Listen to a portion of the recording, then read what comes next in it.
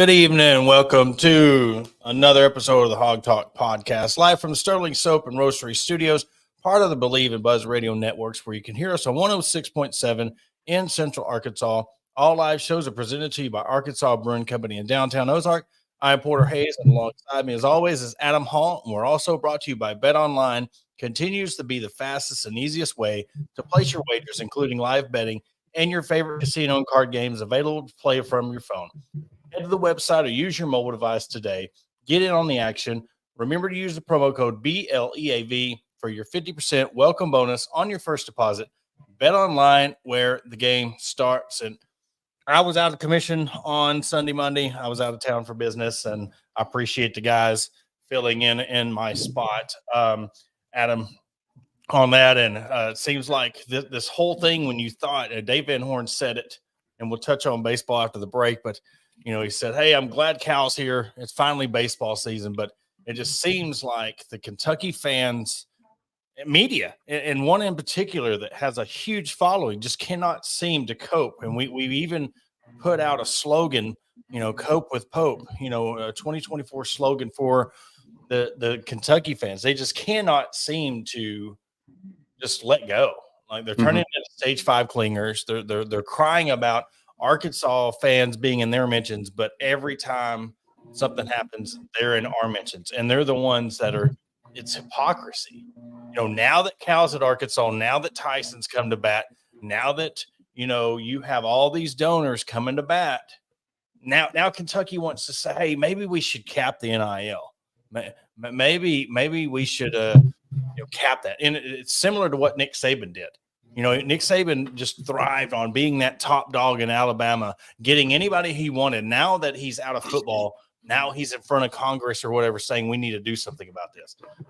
I just think it's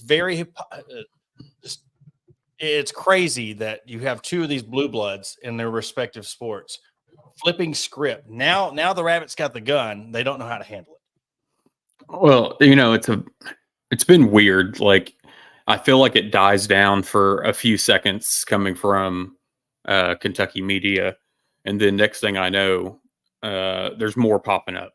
And like I've said, I still stick with my Twitter being a cesspool. I've been more on Twitter the last 2 to 3 weeks than I have been probably in my entire life, and it's just unreal. And I know a lot of the stuff that pops up on the on your for yous or whatever, or the interactions from people that you follow. So, I know that there's a lot of clapback from Hog Twitter and the other Arkansas fans out there. But it's just, unreal. I mean, I actually responded to one the other day, and it was after Kentucky's introductory press conference or press or whatever.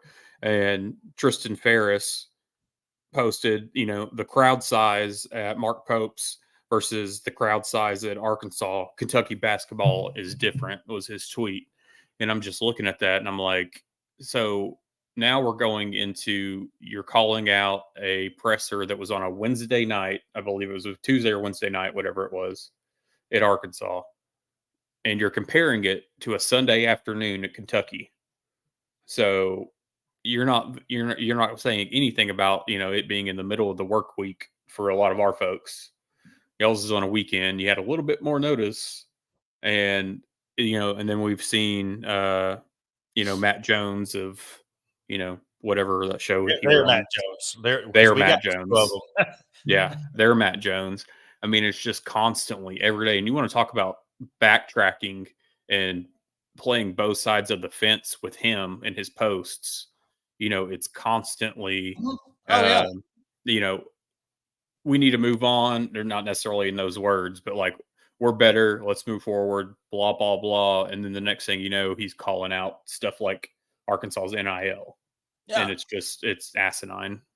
Well, and he was against the hire. He's like, who would be excited for this hire? And then he just turns around again. You're talking about flipped and script. You're like, oh, I've never seen nothing like this. One, I understand you're trying to hype your people up, but this is Kentucky basketball. And I'm going to be realistic just for a second.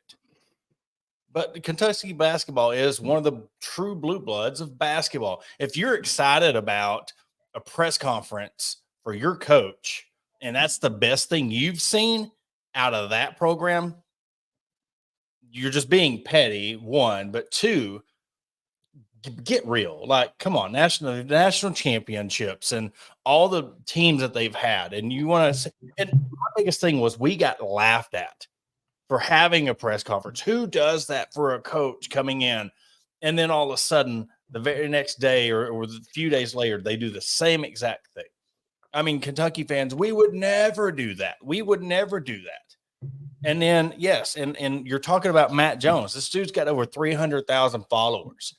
I mean, he's been on the grind for a very long time in Kentucky sports. I mean, but all he is a clickbait dude now. Like, he doesn't do anything but use, like you said, ride the fence. And that's where majority of this media is. They don't care about what they say. They don't believe half the shit they say, but whatever gets that interaction, and he don't even believe half the things he says. That's the part that I don't like about it. And then he has the audacity to come after Arkansas fans, for one, getting Coach Cal, and then two, how dare them come in? It's almost like, how dare them come steal our girl? Well, we did. We come in there in your backyard, stole your girl, and we're going to sweep you next season. And because you got Cope, I mean, and talking about what their sixth choice, how many roses did they have to pass out before they got to that guy? Well, then this comment right here, is it me? I know Cal is here, but did it look like Cal was not super excited, or is that his personality? I've seen this a lot coming from BBN, if you will. And I think it's a reach, because what I saw up there was a guy that enjoyed telling his stories of his connections to Arkansas and some of the former players, coaches, Frank Broyles, a lot of smiles. I mean, I watched the entire thing and I never really got that. It was a guy that new city, new home for him. Everything's new. It's a lot to take in. And so I just think it's a reach, or people kind of grabbing at, a few pictures of him in there that maybe he wasn't smiling while other people were talking. I mean, come on. If he didn't want to take the job, he wouldn't have taken the job. Well, and then, you see these comments. I mean, it's just like the portal. They're the best guy when they're there coaching and all the NBA players and all this. But once they leave, he can't coach, or he's lost his touch. If it was that case, why are y'all so mad he left? Why are y'all so mad? You should look, even before Arkansas was in the picture, y'all were wanting him gone. Let's just be real. And this is not a jab. This is the real. Arkansas wanted Cal just as much as Kentucky wanted him gone. And we were praising that. Like, hey, much love to the Kentucky nation. Much love to this. We respect each other as a program. And then all of a sudden, when it happened, it's like, oh, my God, you took my girl. It's like, and then you see these things. It's just like he can't coach. It's this and that. Well, pick a side. And I love seeing the meltdown, because this is supposed to be the prestigious program in Kentucky. And I love seeing the meltdown. I love seeing the hypocrisy. I love seeing them cry because they lost their coach that they didn't want, but they lost him. Now they're all in their feelings. Well, it makes you wonder, would it be different? And this is just speculation on my part. If you got the guys that your media, that your BBN was throwing out there, that y'all are upset that you didn't get them. You didn't get Billy Donovan. Whether Brad Stevens' name was legit or not, it was being talked about. You look at what's his name, Hurley at UConn. You're throwing out all these names y'all are swinging for the fences for.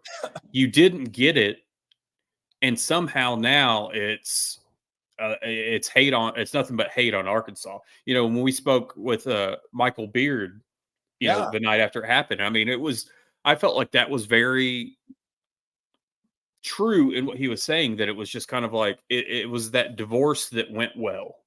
We both knew we needed to part ways. Y'all are getting a great coach, a great guy, a great recruiter, but it was time. And I thought that's where we were all at. But then here we are a week later, 2 weeks later, and it's just growing and growing. And especially the more that it's coming out with Arkansas and NIL money. I've seen, I don't know how many times today we've all seen what has been reported out there from Trilly Donovan. And a lot of people don't know it's a basketball enthusiast, insider, reports a lot, is right on a lot of things. There are things out there may not be as accurate, but for the most part, people pay attention. And so what he put out there about Jerry Jones and doubling what these Kentucky kids were offered or what they were going to get to come, whether that's true or not, we knew Jerry Jones was going to be in the mix. You knew that this was going to escalate the NIL, not just from John Tyson, but elsewhere. And so now today, it's just been all this, the jokes about Jerry Jones and the Cowboys in the playoffs. And I'm kind of like, donating money is completely different than being the general manager and owner of a team. So now we're just trying to reach a little bit with all of this. The biggest brand. Let's not here's the deal. Yes, you can trash on the Cowboys all they want about game. It's a business. They're the number one brand of all professional sports. And I've said this, Jerry Jones don't care about win and losses. He worries about that bottom dollar. And as long as they are the number one generating, you're still talking about them. He is laughing. He has a vault. That's why I said that. When he got on the NL thing, he went to his vault. It's like, I'm going to do this and that. But he don't care about wins. I'm sorry, Cowboys fans. He don't care about the wins and losses. Until you start taking away from it, you stop going to the games, you stop buying the jerseys, you stop investing in that brand, he don't care. He's still the number. He's bigger than the Yankees. He's bigger than the Lakers. He don't care. So, and I made a post. I can't remember what thread it was on. They were talking about the NIL. Well, they were waiting. Everybody was talking about, the big time Hunts and the Tysons and the Walmarts and Jerry Jones don't get involved in Arkansas NIL. Well, look, you got the Jerry Jones Center where the football center is. Or you have the Tyson Track Center, the Hunts baseball field. Walmart's all over the football field. Bud Walton is their arena. I mean, they've invested so much money in the facilities. You have top-notch facilities all around. All right, so now Tyson jumped in the pool first to get in on the NIL. And guess what? They're going to follow because businessmen do what other businessmen do. They see, well, John, man, he took the leap. He took the leap. Let's see what we can do to help. That's what happened. And then that's, and from a business aspect, you're going to see look what the SEC's been able to do when it comes to college football. They've been the first to do things. And then you see all the other conferences doing what they've done. That's what's happened here. Everybody sees that, just because of the football program, we ain't seen that much. But when you look at around the facilities, there's a big name on every one of those facilities. Baseball facility, top-notch facility and stadium in the country. Football field, one of the best in the country. Atmospheres. When this thing gets rocking, it's going to be the best. Bud Walton Arena. We know all about that. So it's time, and it's funny that people now on the Kentucky side are jumping on our podcast. Look, nobody cares about Arkansas. Well, why are you joining us tonight? You took the time to join us. Bless you, by the way, and have a safe trip back to Kentucky, but it's like, I love it. I think it's awesome because you know what? That means Arkansas is relevant again. If I look at it like nobody be saying anything. Now they're saying something. Well, and I look at it like this because we say this about a lot of teams throughout different sports. When Arkansas and Kentucky are both good, SEC basketball is better, college basketball is better.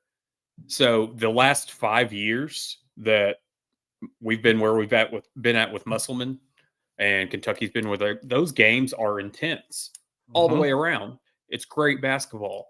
So in all reality, I want Kentucky to succeed with Pope. I want this to work out in their favor because this is a rivalry in basketball that sets the tone for a lot of the conference in this sport. So I don't wish them to just fall flat on their face. I hope Pope works out for you. I hope you get what you wanted out of him. But at the same time, we sit here and just constantly, just choose a side. Are you glad he's gone? Are you really butthurt over it? Because you're riding the fence. Yeah, they are. And that's funny. I'm the opposite way.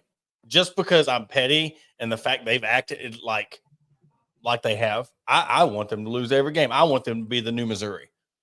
0-19. just for the fact that they're sitting there saying, "Oh, we can't wait for Cal to be gone. We need a new coach," and then he leaves, and they're like, "Oh, well, y'all suck." It's like, come on now. You can't have it both ways when it comes to your reaction. And it's the same thing that Nick Saban and Alabama did in the football side of things with this NIL. They thrived. And look at the one and dones. Look at all the people Cal got to go to Kentucky and the one and dones, and how many NBA stars he got to come to Kentucky, because Kentucky was that name. And now that they're gone, we need to cap this. Why? Because now y'all aren't the ones benefiting off of it. Mm-hmm. I have no sympathy for Alabama football.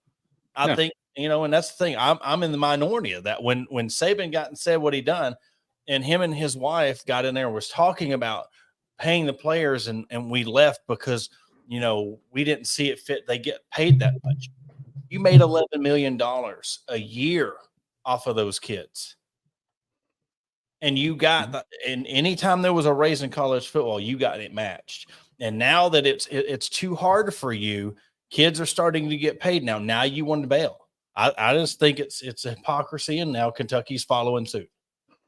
And it really, this morning reading Chris Beesmore's tweet, who's also Kentucky media, from March 23rd, he goes from I'm not saying Cal's getting fired or he's leaving for a new team, but if he does, which I don't think will happen, I feel like with Kentucky NIL, we'll be able to replace the roster with great players due to the amount of money we have. Here we go. Yesterday, if what was posted on his Discord is true, then there needs to be changes in the NCAA in the future. So it's cool when it's working for you, but it's not when it's working for somebody else. And how long since NIL has been introduced, Arkansas fans have been calling for, the Hunts, the Tysons, the Waltons, the et cetera, all this money that comes out of Northwest Arkansas to step up. And then they finally do, and it's just a meltdown.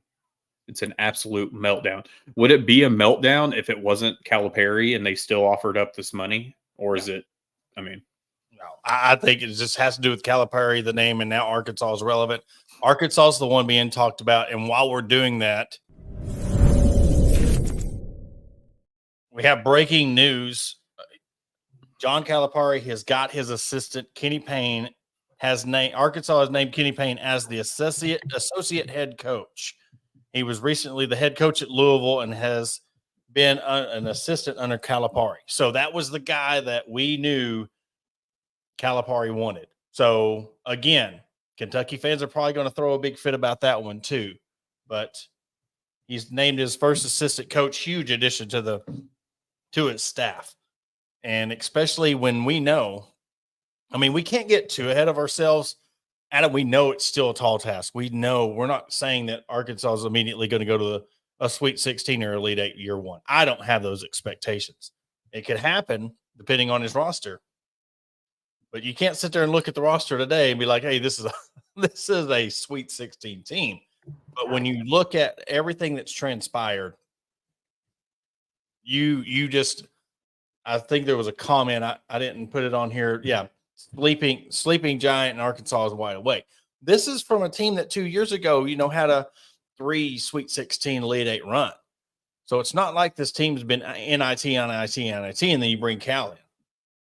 We know what this team could be. And I said that when Cal was first hired. This fan base deserves to be back in the 94s and the 95 era where you're going 32-4, 28-6, or what, you're getting back to those. You look at the rosters when they had less than 10 wins and the Arkansas kids that were a part of it. But you bring in someone like Cal. I'm telling you, if he fills this roster up with some 4 stars and 5 stars in this environment, it's going to be nuts. And I know I think we all expected more names. I think we were overlooking something that Cal said night one, that this was going to take time, that it's not going to be an overnight thing. And so, we've seen a bunch of the names being thrown out there that closely connected with Cal, and I'm still waiting on a handful of them to commit. I think you're going to have more of the high schoolers than Kentucky players transfer over. I think we've already kind of seen that. But that's what Cal goes for. Cal likes the freshmen. He likes the high school seniors coming in. And so, I think we're all ready for, the first high school name to actually commit. And I think when it happens, it'll be a snowball effect afterwards. It's one of those that the waiting period sucks. But I think the end result will be worth the wait. Well, and this comment right here, I mean, I'm looking at the roster now. Look, we don't know who he's going to be able to bring in. We just automatically think that he's just going to get a stable of 4 stars and 5 stars. That might not happen. We know what he's got interested in coming here to Arkansas and who might come here, and along with his recruiting class. But look, again, he's only had 1 national championship at Kentucky. We've seen this happen with Muss. Look what happened with Eric Musselman and going to the portal and throwing these teams together year after year. They clicked later and later in the year. Yes, they went to the Sweet 16 and 2 Elite Eights. So I don't have the expectation of a Sweet 16 year 1 with Cal. It's not a clown thing. I'm not saying they're going to suck, but I don't have the expectation of Sweet 16 year 1 with Cal, because I want to see what type of roster he gets and what he does. Then we go from there. So I don't necessarily think it's just like if somebody has expectations to win the national championship. They're not a clown for thinking that. That's their expectations. But I don't think it's too bad to sit there and say, I don't have the expectations to be in the Sweet 16 next year. That's my opinion and my personal thoughts on that. Well, and I think that's, rightfully so. Like we talked about the Monday or Tuesday after the official word that he was, being hired. I mean, just make the tournament and go from there. If we go on a run during the tournament, great. But I'm looking at year 1. You don't know what your roster is going to be. So at that point in time, it's hard to say where you're going to go. Now, if you're just going off of the past and what Calipari has been able to get recruiting wise, then yes, I mean, I think you need to be looking at Sweet 16. And I know a lot of Kentucky fans will sit there because they're going to, be hard pressed about them losing to 14 seeds and whoever else the past Didn't couple they lose years. like Robert Morris or something at Robert Morris? I mean, but at the same time, it's, that's the game that they play. I know that a lot of us joke and laugh about that, but, look at same thing. What happened to Purdue a year or 2 ago? Number 1 seed losing to a 16, was it? Yep. So, it's happened. Yeah. And, comment here. Do you see any top portal players coming to Arkansas? It really depends on who he brings from Kentucky. It really depends on how his high school recruiting class, how they come to Arkansas. A lot of it. And look, guys, we're in April. I mean, this is the thing. We announced the hire. Week later, we're sitting here talking about how he's got his assistant. I mean, I expect him to get some portal players. I mean, there was a rumor or tweet going around that he was expected to have 13 guys on his roster by September or something. So yes, I expect. But who? I mean, we've looked in the portal. We were doing that before the season ended, when there was that one guy that had 18-6. He was from North Carolina, Wilmington, right? Was it Wilmington? Yeah, something like that. Or Greensboro. North Carolina school, or Greensboro, but more and more guys can end up going to the portal. I mean, we've seen that in football after the spring game, guys go to the portal. And I think Calipari looks at a different player than Musselman looks at. Yeah. So, we've seen it, and I forget who it was that tweeted out there, but at this point in time, I think there had only been like 10 transfer portal players that Calipari had reached out to that was known. And Musselman in Arkansas had already reached out to 40 at this point. So anybody that was entering the portal, Musselman was reaching out to. And that's what's worked for him typically. But Calipari does things differently because Calipari has a high school recruiting class every year that's coming in that's in the top 2 or 3. He was able to have the depth. Let's just that's what Arkansas always lacked, is the down low depth. And the fact that you're able to bring in a big guy, 7'2" guy. I know we've had our own issues with Connor Vanover, and we don't know what Big Z is going to be able to do. But I mean, just the fact that you got a big solidified down low. Now let's build your roster, and let's see how this thing goes. And look, Cal, Eric Musselman was like a bam. Let's just go talk to everybody. Let's go pass out a rose to every single portal player. Cal's sitting back taking his time. He has been around this block. He knows exactly what he's doing. This is not his first rodeo. This is not his first rebuild. So, I mean, if say 2 weeks from now he doesn't have his full roster yet, we're getting into the summer here pretty soon. Then we're going to be into football season and then basketball season. There's plenty of time to. And when the portal open? When did the portal officially open for basketball? I mean, like a week or so ago. Ago. What is today? The 18th. It was like the 11th or something like that. So, it's fairly new when it comes to this portal. And I know we're used to things happening quick, but this guy is going to be a different pace. I mean, he's getting criticized for not calling the hogs, or he didn't show too much emotion. This dude's, again, he's seasoned. Mm-hmm. He's just going to sit there and just cook slow.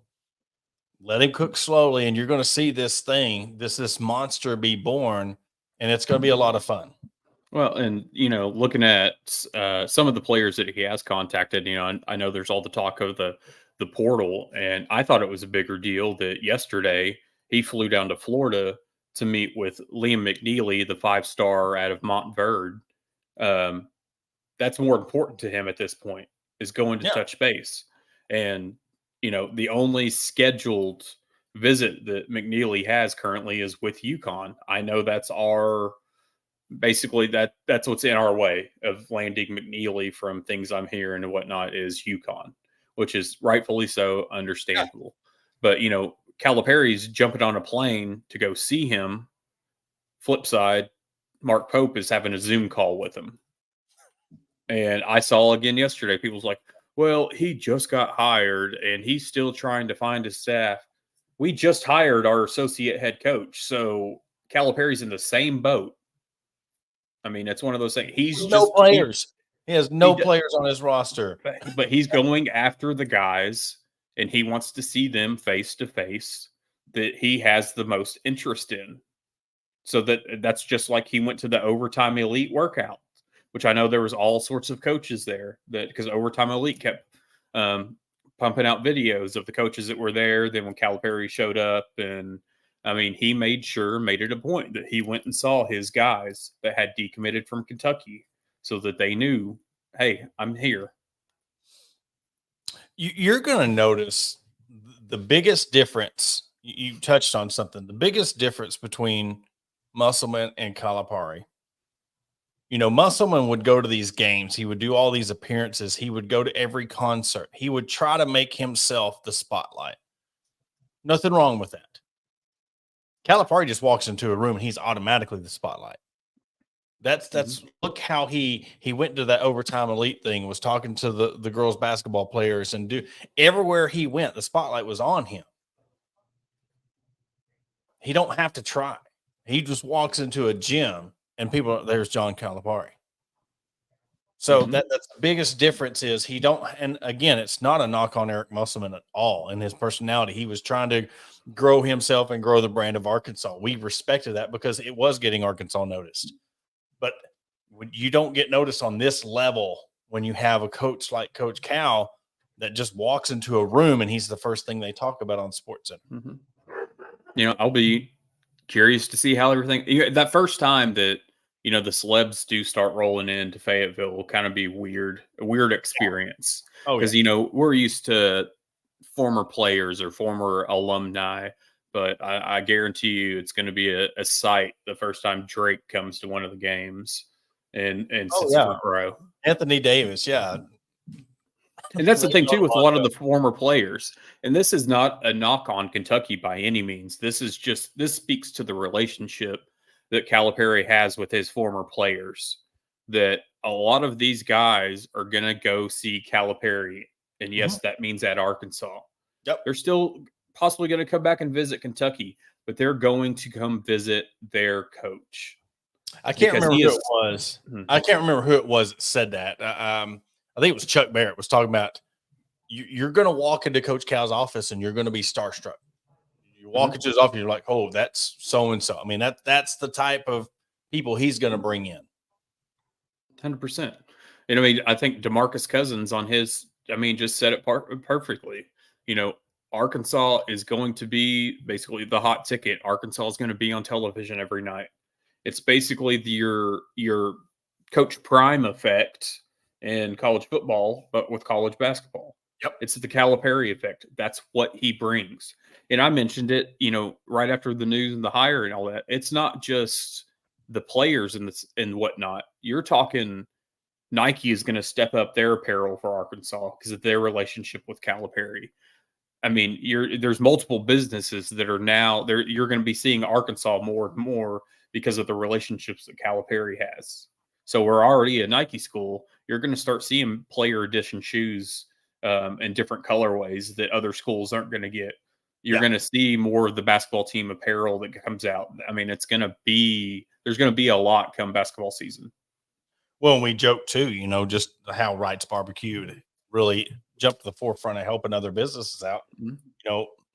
Herman's Rib House now is going to be up there. It's being talked about. You got Catfish Hole, you got Wright's, you got Herman's, everything now. It's just going to draw more. It's going to be like a pyramid. You're going to have your few big dogs, then it's going to spread out, and you're going to have all these businesses trying to help out. It's almost going to be like every player will have a sponsor because there's so much business in Northwest Arkansas to get these kids some type of money or some type. But if they keep throwing out the money like they're doing, they're not going to have any issues with it, and it's easier to do it with a roster of 13 opposed to a roster of 125.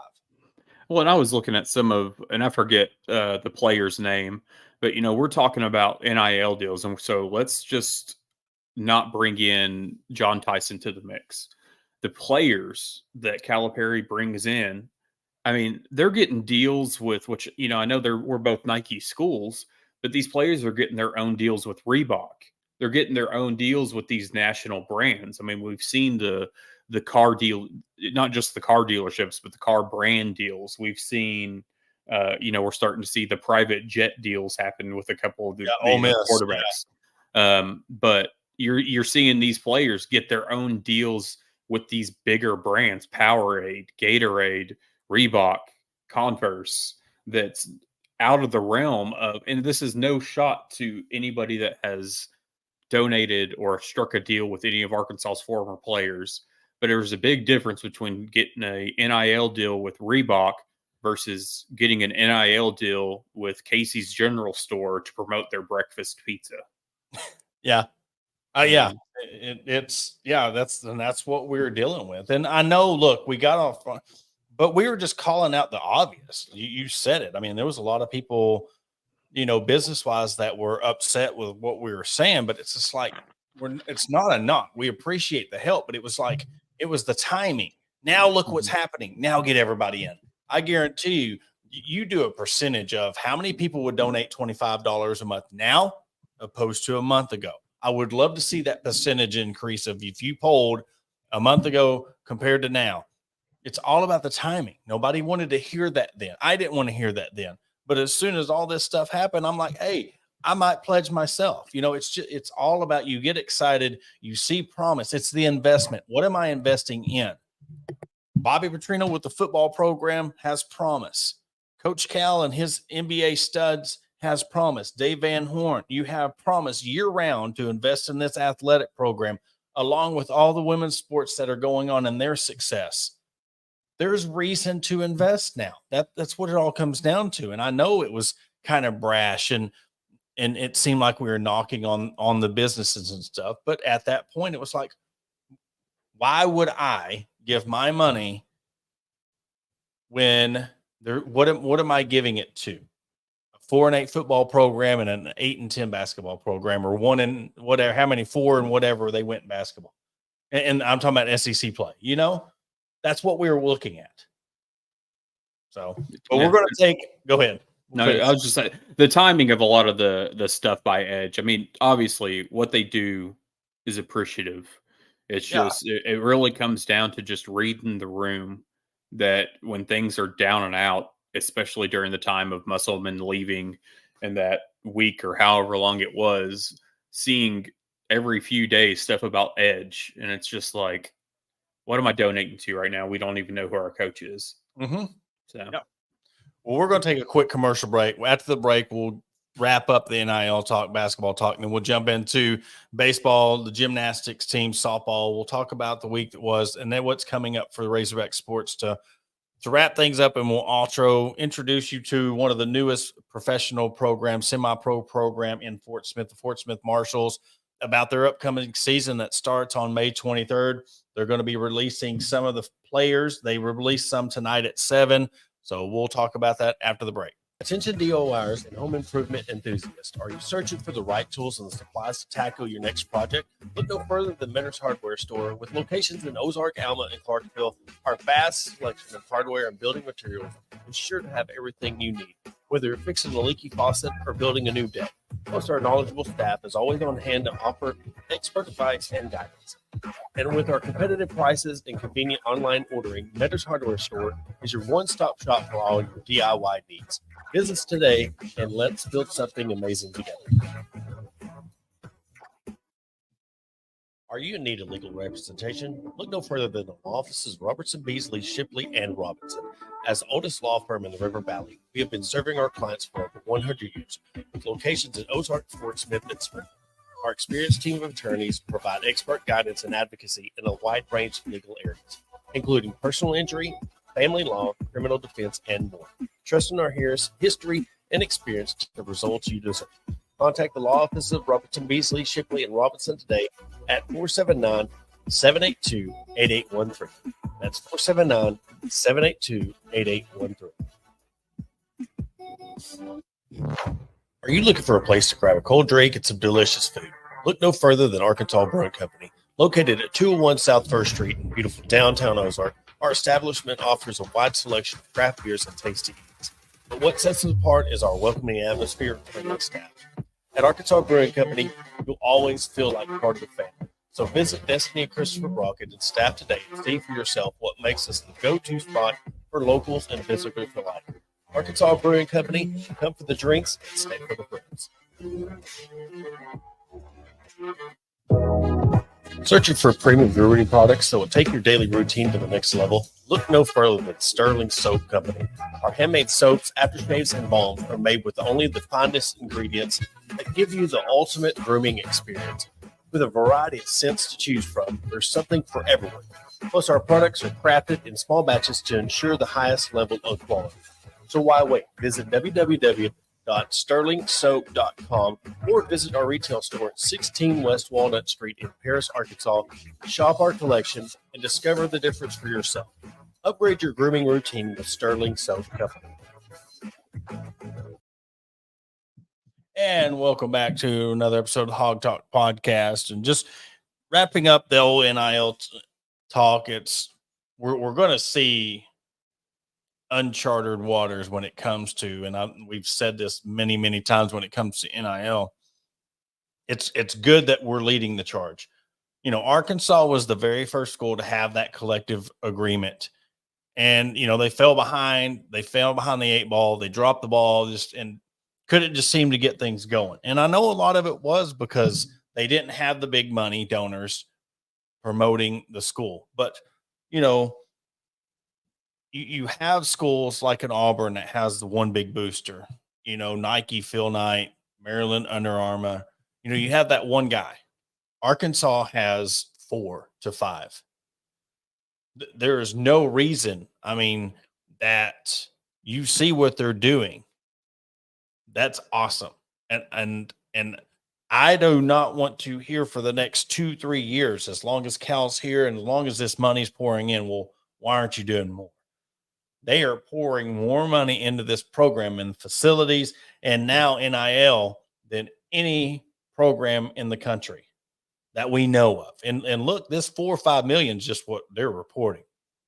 We got to know how this stuff works too.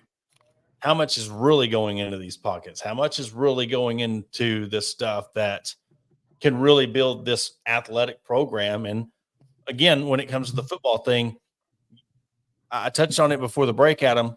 It's easy to give 13 players a collective budget of $5 million. That's nothing when it comes to the football program. When you got 22 guys on each side, or 11 on each side, 22 guys on your starting lineup, and then you have third string, fourth, giving all those guys the same amount or giving them big bucks, that could turn into tens and 15s, 20 millions of dollars every year just to even out. And that's just football, basketball, and baseball. We hear the 5 million, just for basketball, and people really need to take a look at what is going on around the rest of the country. And I know the jokes with this is going to be, well, Ohio State can't beat Michigan, so what did they really buy? But Ohio State reportedly paid $13 million from their football roster this last year, $11.4 million on its assistant coaching staff, and then $10 million on its head coach. So, even spending $13 million in football didn't get them a national championship. Yeah. So it's one of those things that it's a slippery slope. It really is.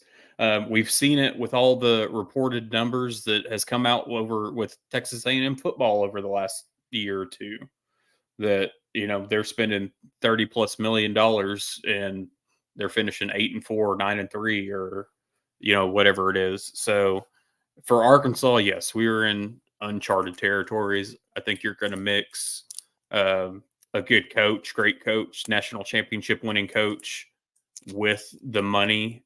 And then, like we've said, you're going into, he can recruit anybody. We've seen it.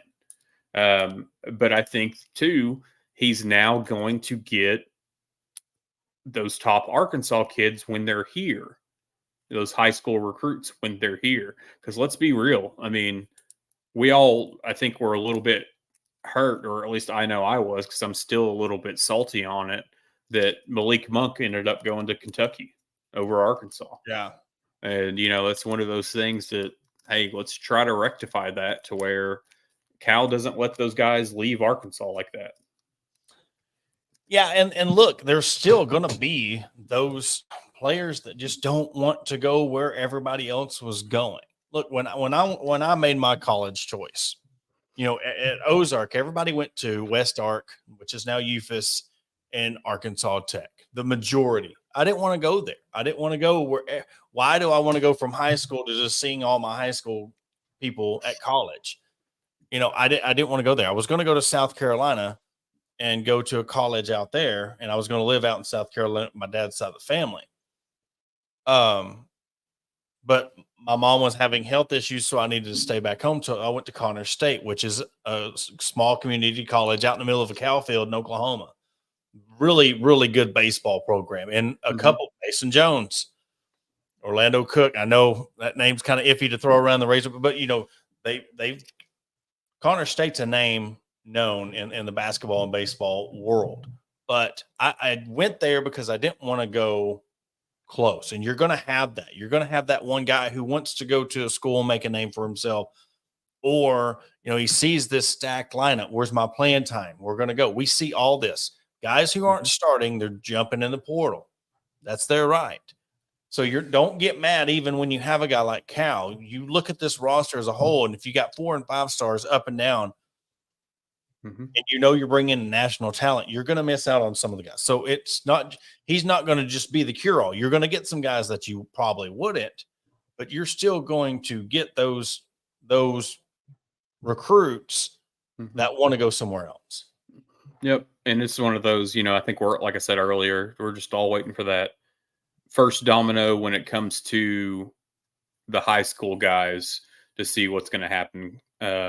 Obviously, Big Z was the first, the very first one to commit overall. But I think once you get 1 or 2 of these high schoolers to commit, you're going to see the rest of them follow suit.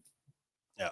And we're going to move on to baseball. I know we say this every week, it's finally baseball season. It's finally here. And then, you have things like this happen. But Arkansas suffered their first series loss, SEC series loss against Alabama, but bounced back with 2 come from behind wins against Texas A&M.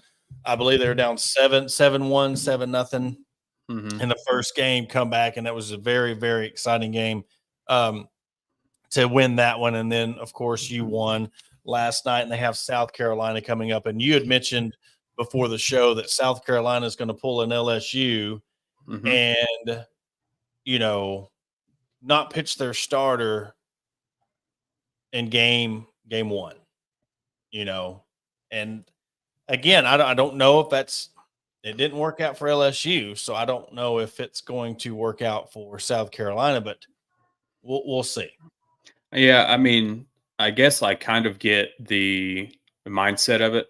I thought it was a little bit different to try out, but now that it's happening multiple times, I'm just looking at it like, I mean, it's just got to be truly fear of pitching against Hagen Smith. And so you're trying to get whatever edge. You're basically saying you're going to drop that first game no matter what.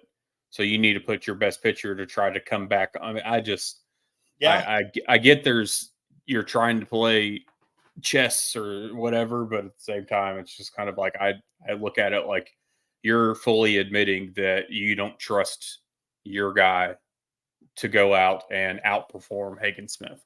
And that's a respect. They respect who he is. And we dealt with that with Kevin Kopps. And I seen that North Carolina State done the same thing, and it worked for them.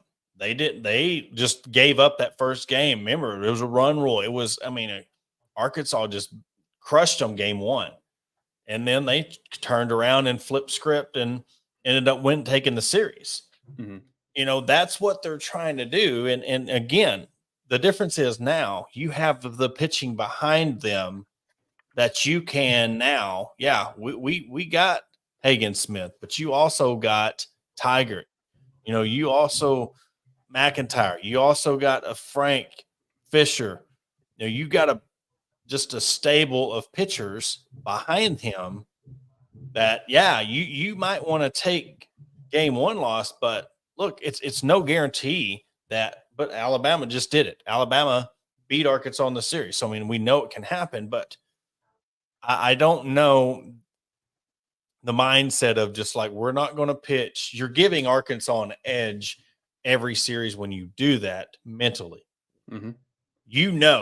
You can't beat us pitching your ace against our ace. So now there's a slight edge, but it's still an edge. And you got to somehow every week and use that to your motivation of, we know they're letting us have the edge and they're taking the gamble game 1. Let's put our foot on their throat, lock game 1 down, and then go get them in game 2 and just take the series in game 2, Mm-hmm. Yeah, and after, the Alabama series, I looked at it like, would you rather? I would have rather lost the series like we did, get it out of the way. Yep. Because one's going to come sooner or later, and then get back on track heading into the SEC tournament and then regionals, etc. Get that proverbial monkey off your back now.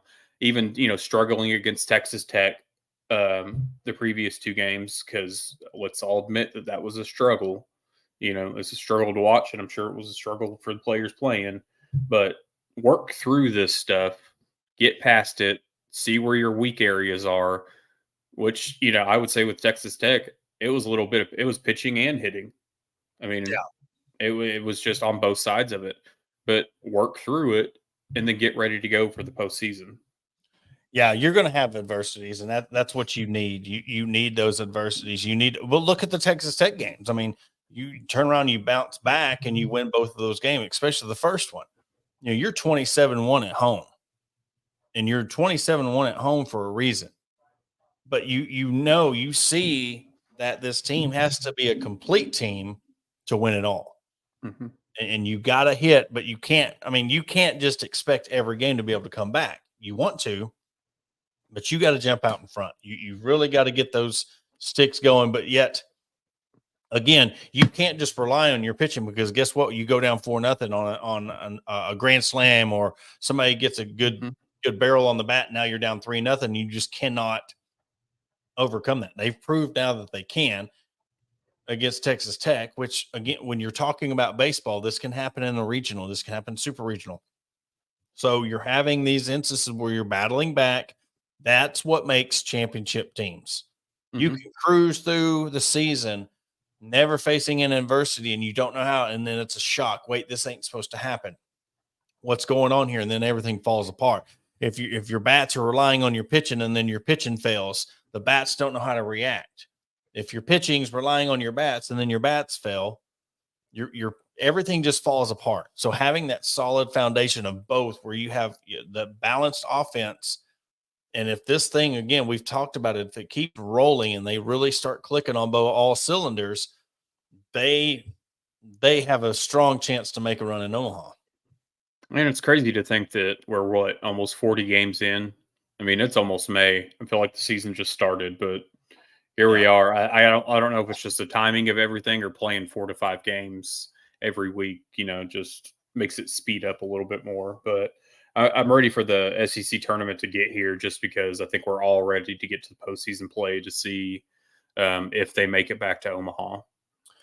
Yeah, they're sitting at 32-5 right now, 12-3 in conference. As we said, South Carolina coming up this weekend at South Carolina, Friday, Saturday, Sunday. You're going to be on the SEC Network Plus. All 3 games, 6 o'clock on Friday, Saturday at 2 o'clock, and Sunday at 12:30. And then you have your midweek against UAPB coming up on Tuesday in North Little Rock. So, and then they come back to Fayetteville against Florida. So this is going to be, and I know Florida's not ranked right now, but these next 2 weekends are going to be very important because now you have that daunted matchup the first weekend in May against Kentucky, which how sweet would that be? Because they're on top of the East right now. Mm-hmm.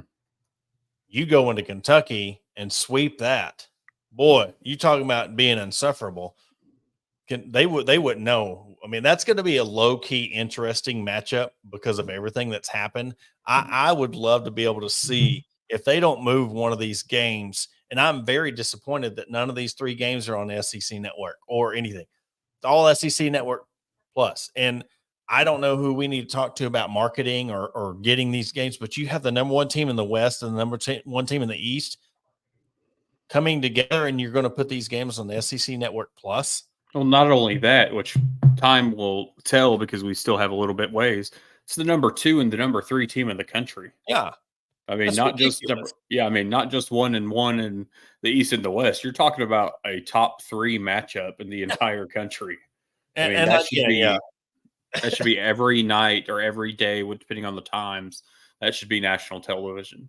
And I'm sure they will. I mean, again, we're getting this 3 weeks from now, South Carolina, and then you have Florida and then Kentucky. So we got plenty of time, but it's just funny that you see that and you're like, why is this not getting any more up? And it's weird how that happens in baseball a lot. Everybody talks, and this is the thing, everybody talks about the women's sports and some of the basketball. I feel like baseball gets more shaft than anything when it comes to not playing these games on the SEC Network. And how many times Adam I've texted you, put it on the SEC alternate channel. The unused. My son is 14 years old, and I think I've watched 1 game maybe on that channel since he's been alive. Like, utilize that. You have ESPN3 now. You have SEC Network Plus. Why can't you broadcast that on the alternate channel? I don't understand. That's the biggest mystery. I want to call that the 8th wonder of the world. Why don't they use the SEC alternate channel? I would like to know what they have actually shown on that channel. It's a blank screen. It's just, it's just, I like, what's the point of it? It's almost like back in the day when you had the local channel and you had the bar, the blue, red, green colored bar across the screen that says we'll be back at 6 a.m. People don't remember those days. Oh man, showing your age there. Yeah. Oh, but we'll move on. The gymnastics team season came to an end tonight at Nationals. Fell to LSU. They had, I believe it was LSU, Stanford, and who was the other? Do you have that pulled up right quick? I can have it for you in just a second. Of course, yeah. What? My phone's doing its own thing. I'll look and see the meet notes. Let's see if it has who they're going up against. I know it was LSU was one of the teams, and I believe Stanford was one of them. But they fell. They got fourth place tonight, ended their season magical run. Again, we can't say enough about this program, what Jordan Weaver's been able to do. And you're talking about Coach Cal building a staff for the basketball program. Coach Weaver's slowly built this juggernaut of a staff at Arkansas, and you've seen the big jump between last year and this year, going back to the national championships for the first time since 2018, and using the transfer portal the last couple of years to really bring in some studs when it comes to in a mix of local. We're talking about Lauren Williams being a local, and having your transfer portal players come in. So amazing run for the gymnastics program. Nothing but love for them moving forward. It gives you hope knowing that we see this program going to all their matches in Bud Walton Arena. It's going to be very exciting to see that, and much success to that program. And again, I think that's one of them that I think Coach Weaver should be recognized. That she should be Coach of the Year nationally for what she's been able to do for that program. Yeah, definitely. And then I was just looking at the upcoming schedules for everything, because I know softball's got a big matchup this weekend at Alabama. So, I think it's a bit of a different feel compared to last year when we played Alabama, but it's still big. I mean, 2 of those 3 games are on national television. So, we don't get to see the baseball games, but I think that last weekend and now this weekend, we're getting to see 2 of the 3 softball games be on national television. And it's really good to see Robin Heron come back. SEC Pitcher of the Week this week. Really got the bats going, finishing off we're talking about the baseball team going to South Carolina this weekend. Arkansas just come off the series win against South Carolina, a team that on the rise. They got a very good pitcher out of the portal, and Vaughter. I really wanted her to come to Arkansas, but she goes to South Carolina. They won the first game 4-3, lost the mid game 2-1, and then won on Sunday 3-0. And like you said, Friday, Saturday, and Sunday at Bogle Park, 6 p.m. on Friday, 8 p.m. on Saturday, and 1 p.m. on Sunday. And I believe they're having a bark in the park on Sunday. So be sure to look at those, and they have a lot of promos and stuff going on with this team. So go out to the berm. I really like going out to the berm and watching the game. It's just like going to the baseball and Baum Stadium. You go to Bogle Park, it has that same feel. Absolutely. Oh, I totally whipped. I thought they were at Alabama this weekend. That's totally my fault. My graphic is wrong, folks. Oh, you're all right. So no, I was just looking at that. Caught me off guard. So, but yeah, I mean, sports all around up in Fayetteville. You can just get basketball back on track after one down season and get football back on a path of, 8+ wins consistently. It'll be hopping up there. But I think that, football's got a ways to go to get there. And we're going to end the show tonight. We're going to talk about the newest professional team to come to Arkansas. It's the Fort Smith Marshals and their mascot, Smitty, that was voted on by the fans. They will start their season on May 23rd. The Marshals will take on the Texarkana Rhinos. This isn't the Naturals or the Travelers, but it's I would almost call it kind of like a Cape Cod League style. 100%. Just a next chance for some of these kids that want to get a look to try to get on a major league team, summer league team. It's going to be a lot. I talked to the GM Greg and his staff, and they're really wanting to get their own stadium and I can't give out too many details about that, but if this comes to the way they want it, it's going to be an amazing ballpark in Fort Smith. But they're going to be playing their games until then at Crowder Field at Eufus Stadium. But they're going to do a lot of promos. They're wanting it to be a major league atmosphere.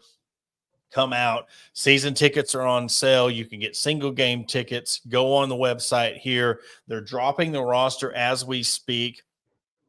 For all you local guys in the River Valley, Arkansas, you're going to see some familiar names that they're dropping. So it's going to be really cool this inaugural season to see a lot of local talent, Arkansas kids, and they're trying to get a couple of former Razorbacks to get on the roster to be able to go. So this inaugural season, test trial, they got started late in the season when it comes to building the team. And I talked to Greg, and he said I think they get like 2-3 days of practice before the season starts. So it's almost like the TBT basketball tournament. Yeah. You only have a couple of days before you start playing. So really excited about them. If you're in Fort Smith, look up their schedule. Go catch a game. It's going to be a lot of fun to go watch them play this summer. I'm anxious to see it. I'm anxious to see the turnout. I know that some of the stuff I've seen on social media it's not been anything directed in the way of the baseball team, more so as unhappy residents with Fort Smith as a whole. Yeah. But don't take it out on this team. Go out and support them. The games are going to be entertaining. It's one of those that I look at. You like taking your kids to UFAS games. You like taking your kids to Northside and Southside and Greenwood games. Add this to the list. It's going to be something that take your kids out. There's going to be theme nights. There's going to be specials when it comes to food and drinks, etc. So just go enjoy it. I think opening up that Memorial Day weekend is great timing because a lot of people will be off work. I think it's a Thursday, Friday, Saturday game. So just start your Memorial Day weekend off and go take a look and take a watch. Yeah, we're going to have the GM, Greg, come on May 6th. We're going to introduce the team, the schedule. We're really going to deep dive into, what it took to put this team together, a fresh league.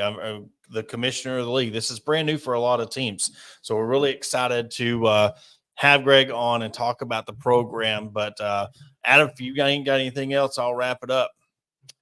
No, the last thing I've got is you've got, I think, 8 Pro Hog basketball players in the NBA playoffs. The reason I'm not including Mason Jones in that is he has not been on the active roster for the play-in games. If they move him to the active roster for the playoffs, I will gladly add him to that graphic that I put out. But at this point in time, there's 8 Hogs. There's somebody playing almost every single night. So, it's even if you don't have a team, it's good basketball. Just go. Your pro Hogs get quite a bit of playing time, or at least a handful of them do. So, just take a watch and support them. That's right. Well, that will do it for this episode of the Hog Talk podcast. I'm Porter Hayes for Adam Hall. We will catch you on Monday, recapping another eventful weekend of Razorback sports, and we'll catch you then.